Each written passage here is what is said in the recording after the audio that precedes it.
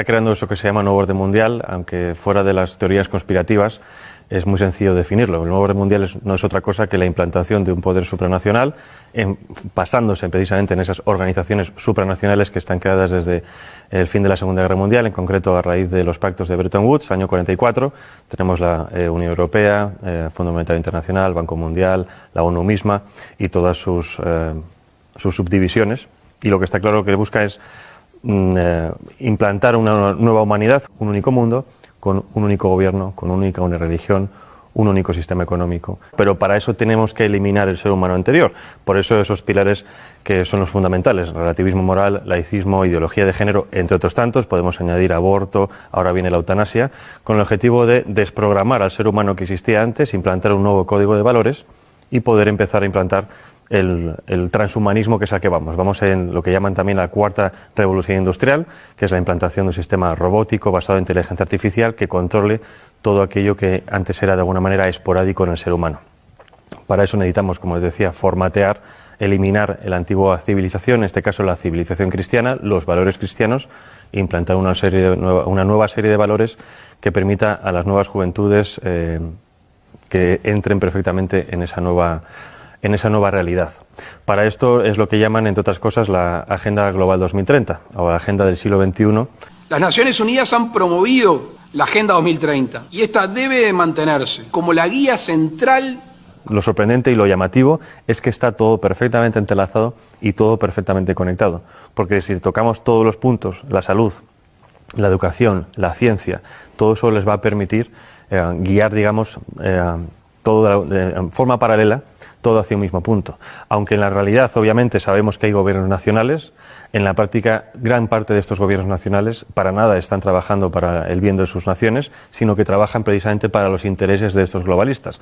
Lo hemos visto con el gobierno de Sánchez, lo estamos viendo en otros países, por ejemplo, también en Iberoamérica. El mundo al que vamos es fruto de una ingeniería social perfectamente planificada y perfectamente implantada. La implantación primero es ideológica.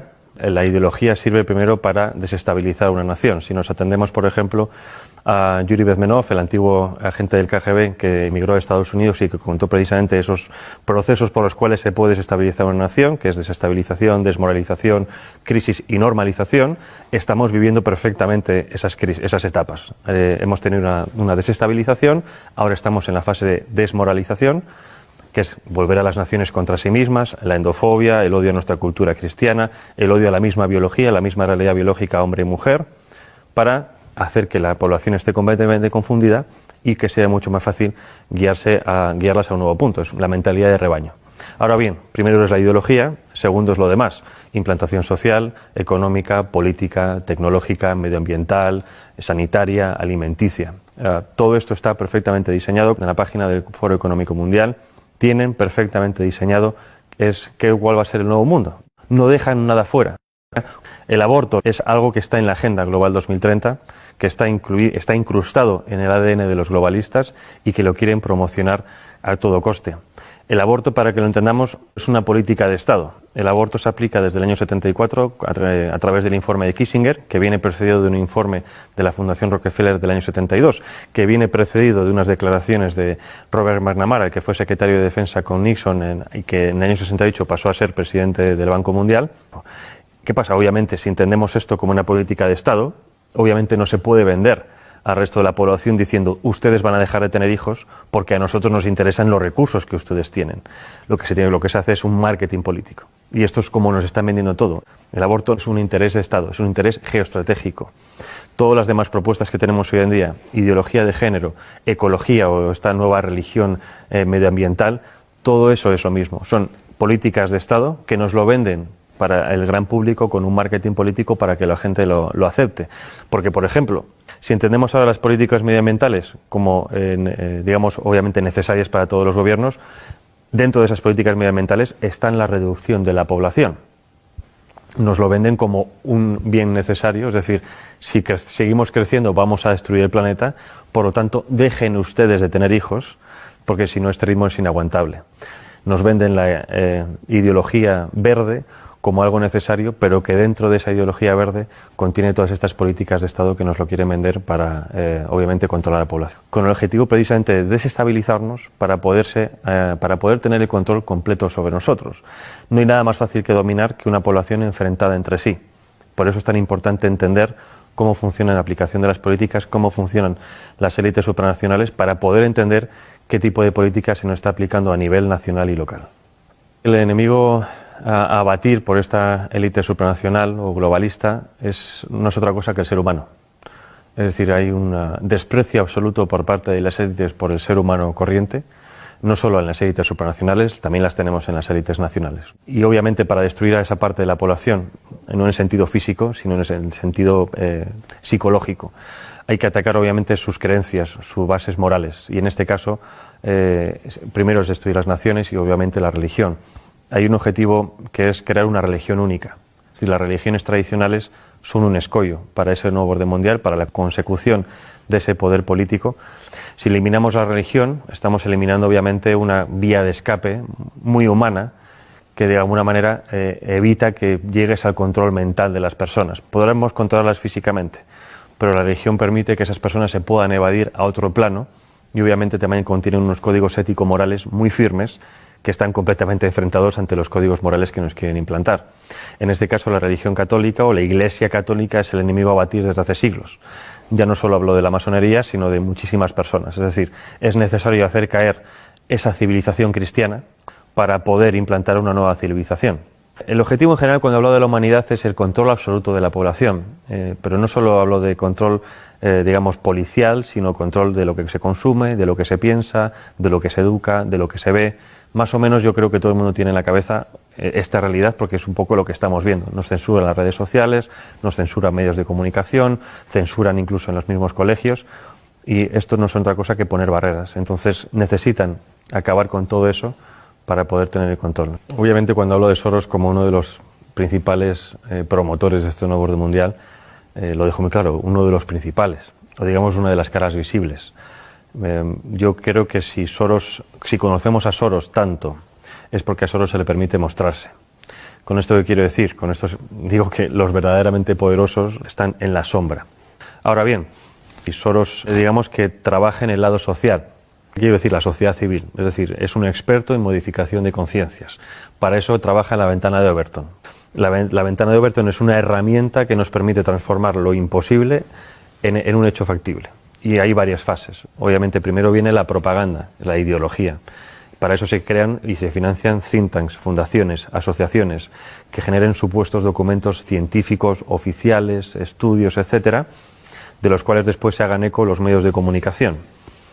Esos medios de comunicación llegan a las masas. Las masas, a base de repetición de estos estudios, estos conceptos, estas ideologías, acaban, si no aceptando como propias esas ideologías o pensamientos, sí aceptándolos diciendo que es algo como ya existe y lo ven por todas partes, es algo que hay que aceptar. Una vez llegamos a esa tercera fase, viene la cuarta fase, que es la de los políticos. Los políticos, obviamente, con el interés partidista de continuar en el poder, se hacen supuesto eco de esas reclamaciones supuestamente sociales y, obviamente, después el quinto, que es la transformación en leyes, la legislación. Entonces, esos 5 pasos es lo que se ha seguido con muchísimas cosas. Tenemos el aborto, tenemos el matrimonio homosexual, ahora tenemos ya ha empezado la eutanasia y el siguiente paso es la pedofilia. Y esto es pura matemática, es ciencia política y siempre funciona. Entonces, si nos atenemos a que esto sirve para aplicar ciertas cosas, ¿qué es lo que ha hecho Soros a nivel social? Lo mismo. Ha financiado ONGs, asociaciones, fundaciones, ha financiado medios de comunicación, ha financiado a políticos e incluso ha financiado a instituciones como por ejemplo puede ser la Unión Europea o el European Council on Foreign Relations, que es la versión europea del CFR norteamericano, que es el principal lobby de la política exterior norteamericana, en este caso en Europa. Entonces, si tienes los 5 pasos o los 4 pasos de los 5 en tu mano, es mucho más fácil modificar la realidad de los ciudadanos precisamente porque toca todos esos palos. Si nos vamos a instituciones supranacionales, ¿cuál es el papel de la ONU, de la UE? Es muy parecido. Bueno, el Banco Mundial obviamente es la gestión económica mundial, lo mismo parecido del Fondo Monetario Internacional a la hora de préstamos. El control económico y los préstamos sirven para el chantaje económico de las naciones. Hay muchísimas naciones africanas que se han quejado precisamente del chantaje económico, de dinero supuestamente de ayudas al desarrollo, siempre dependiendo de cuestiones como, por ejemplo, la implantación del aborto, la implantación de la ideología de género, de educación sexual temprana para los niños, etcétera, etcétera. La OMS ha sido fundamental para la implantación de la idea de que existe una pandemia mundial, y si no hubiera sido por la OMS, en este caso por Tedros Adhanom, no se hubiera creado o no se hubiera llamado un confinamiento mundial. Primera vez en la historia que los ciudadanos de este planeta hemos visto cómo en todas las naciones se seguían los mismos pasos. Es decir, nada ha conseguido antes que realmente hubiera una coordinación nunca antes vista a nivel global. Coordinación que, aunque a nosotros nos parezca mucha, en general ha sido como muy sospechoso, por así decirlo, no sigue siendo suficiente para esta élite. Según ellos, los retos que nos plantean las pandemias del futuro, eso supera por muchísimo la capacidad gestora de los estados independientes entre sí. Es decir, que como no hemos sabido gestionar el coronavirus, es necesario que cedamos más nuestra soberanía a estos entes supranacionales, que ellos saben sí realmente lo que nosotros tenemos que hacer. Llevarnos a ese buen camino, a guiarnos como si fueran un dios, porque nosotros como ciudadanos comunes somos demasiado estúpidos para valernos por nosotros mismos. Las redes sociales han sido siempre una herramienta fundamental en el tema de la comunicación, pero como todo avance tecnológico tiene siempre su cara y su cruz. Como todo avance tecnológico nos lo venden que es bueno para poder hablar con nuestros familiares, que están en contacto con gente de todo el mundo, pero el problema, el contrapeso es el control absoluto, ¿no? Ya no solo el control de lo que hacemos, sino incluso de nuestros pensamientos, porque muchas veces decimos cosas en redes sociales que quizás fuera de un ámbito demasiado privado, ¿no? Y eso es precisamente a donde van ahora con el tema de la censura. Han visto que en los últimos años ha habido también una pequeña revolución en redes sociales, dado que cada vez hay más perfiles conservadores, antiglobalistas, más perfiles de gente contraria a los designios de este nuevo orden mundial, ¿no?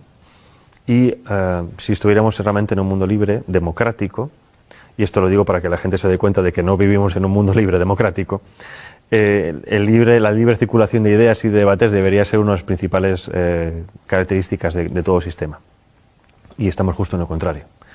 Y no justo en lo contrario porque de facto no se puede hablar, porque antes sí se podía hablar de muchas cosas. El problema es que los que son realmente poderosos, los que controlan las cosas, se han dado cuenta de que si dejamos que libremente ciertas ideas circulen, no las suyas, en cuanto a debate, esas ideas ganan o se han demostrado que tienen más peso que otras. Es decir, por ejemplo, con el tema del aborto, ya no hay argumentos científicos médicos, ahora son argumentos puramente sentimentales, ¿no? El derecho de la mujer a elegir sobre su propio cuerpo, porque por eso saben que los argumentos médicos no pueden vencerlos. En cuanto a argumentos, por ejemplo, de información de los medios de comunicación, de cómo funcionan los medios de comunicación, de cómo funcionan los gobiernos, exactamente lo mismo. Se censura completamente a aquel que intenta hacer una crítica constructiva o negativa de lo que sea, pero hacer una crítica para avisar de qué está ocurriendo. No existe ese debate de ideas en los medios de comunicación, pero precisamente porque tienen miedo a lo que pueda ocurrir. Porque cuando ha ocurrido que algunas personas han ido a ciertos debates a exponer ciertas ideas, la gente se da cuenta de que hay otra línea de pensar diferente a la que tenían en mente. Y por lo tanto hay otra forma de racionar las cosas.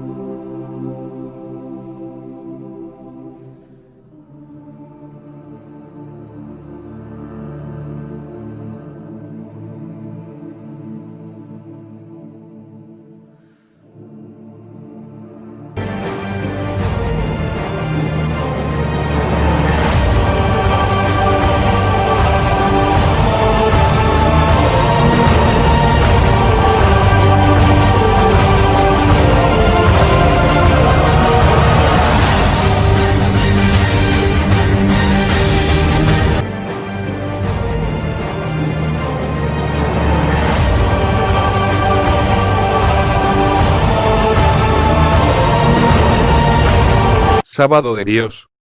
Sábado bendito, sábado santificado por Dios. Domingo del Anticristo. Domingo del nuevo orden mundial. Acuérdate del sábado para santificarlo. 6 días trabajarás y harás toda tu obra, pero el séptimo día es de reposo para Jehová, tu Dios. No hagas en él obra alguna, tú, ni tu hijo, ni tu hija, ni tu siervo, ni tu criada, ni tu bestia, ni el extranjero que está dentro de tus puertas. Éxodo 20, 8, 10. Reina Valera 1995. Si te gustó el video, regálame un me gusta y suscríbete a mi canal donde te mantendré informado. En la descripción del video encontrarás la evidencia que hablo. Déjame tus preguntas, comentarios, sugerencias, quejas, testimonio. Por favor, todos los videos de mi canal descárgalos para que los vuelvas a subir, ya que a YouTube no le gusta esta información. Sígueme por las redes sociales. Un cordial abrazo de tu servidor Arrit 7 Modia Libre.